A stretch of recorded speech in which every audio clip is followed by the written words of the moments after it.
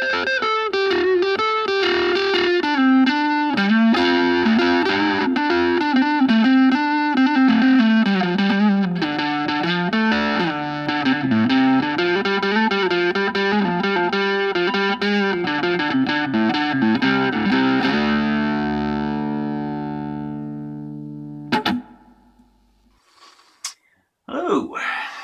Today's offering, as you might have guessed from the tone, is an overdrive pedal. Specifically, it is a Marshall Bluesbreaker II.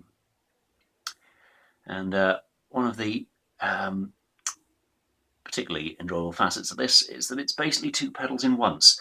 If you look closely at the control on the far left, the mode switch offers a boost and blues. So I'll try and demonstrate a bit of both of those. The boost is, as it suggests, it is simply a signal booster to hit your preamp a bit harder. The blues is much more of a sculpted tone. It includes more of a dedicated sort of drive and EQ stage to give you a very specific blues tone. What you heard on the intro just there was the blues setting. The blues setting particularly useful if you're off to a gig where you're not using your own backline, plugging into an unknown amp, and you want some reassurance that what you get out of that pedal is going to sound roughly like the sound you're hoping to achieve. Whereas the boost can often be more useful if you're familiar with the amp you're plugging into, if it's one you already know and love, and you just need to hit the preamp a bit harder because you know it'll break up nicely. With the signal boost in place, for this demo I'm using a Telecaster which has two humbuckers, but crucially it also has a coil tap. So I can show you how it sounds with the single coil settings and the humbucker settings. As I'm sure a lot of you will be familiar with the pitfall that you get your overdrive sounding just right with the Strat plugged in, or any other single coil guitar, then you pick up your Les Paul, your SG, whatever, and suddenly all your settings are horrible by comparison. So to begin with, neck pickup, single coil. Let's take you through some of those tones.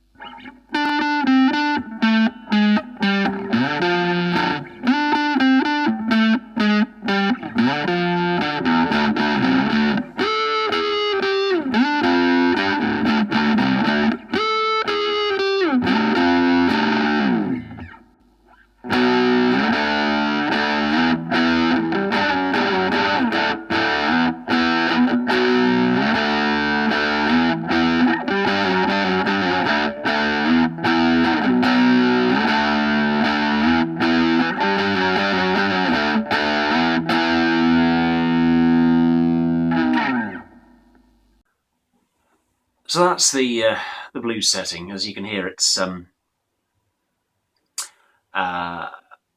quite a distinctive tone. It's yeah, done very much with that classic bluesbreaker sound in mind. The sort of rich, warm tones that a lot of 60s British guitarists like Eric Clapton, Peter Green were getting. But also, if you change the guitar settings around, you can get a bit Black Sabbath with it, a bit a bit more metal even. Although if you're really after something a bit more extreme in the way of a metal distortion, then you're probably not really in the market for a blues overdrive. But it's nice to know that it has that versatility. So, moving over to the boost setting, this is quite different because it bypasses the EQ and the dedicated drive stage, and just focuses on making the signal bigger. This is one of the things which comes as a bit of a surprise because wherever you've set the volume on the blues mode, it's going to come out a lot louder on the boost stage. So you'll need to back off that volume a bit for comparable output.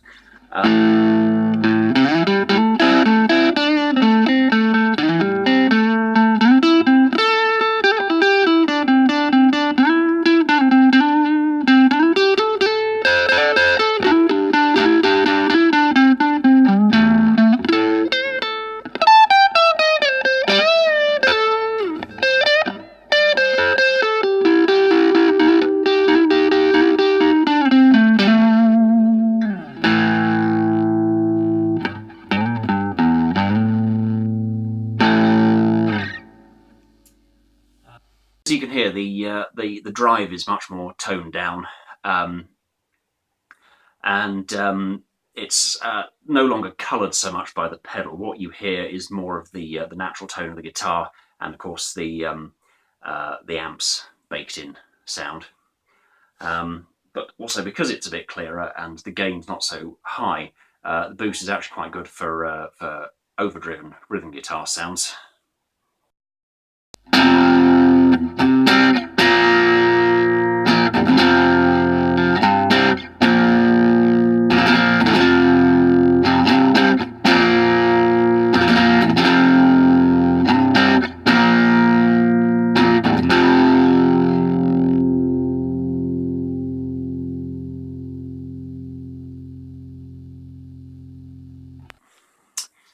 Yes, I think that gives you an overview of the things it can do, both modes.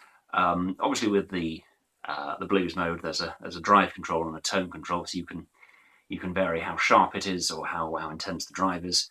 But it's always going to be a bit of a variation on that classic blues lead guitar tone.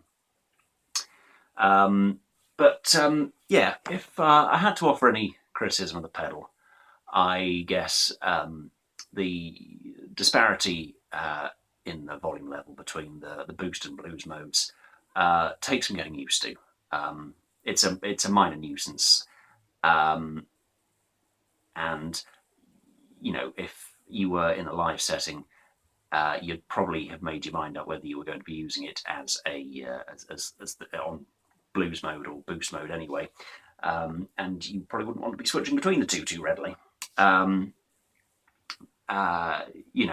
Arguably they could have had separate output levels for the two modes, but at the same time, where would you fit a fifth knob on a pedal that small?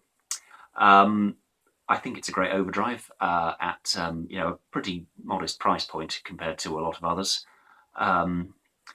You've got to like the sort of baked-in tone of the blues mode to really get on with it. I think it's a nice tone, nice and warm, nice and rounded. I think if you were after something a bit more mid-range forward, then you might be looking at a Tube Screamer instead, or something in that vein. But yeah, if you're after a sort of classic 60s blues scene, 60s British blues scene sort of tone, then you could do a lot worse than one of these. On that note, I shall take this opportunity to play myself out.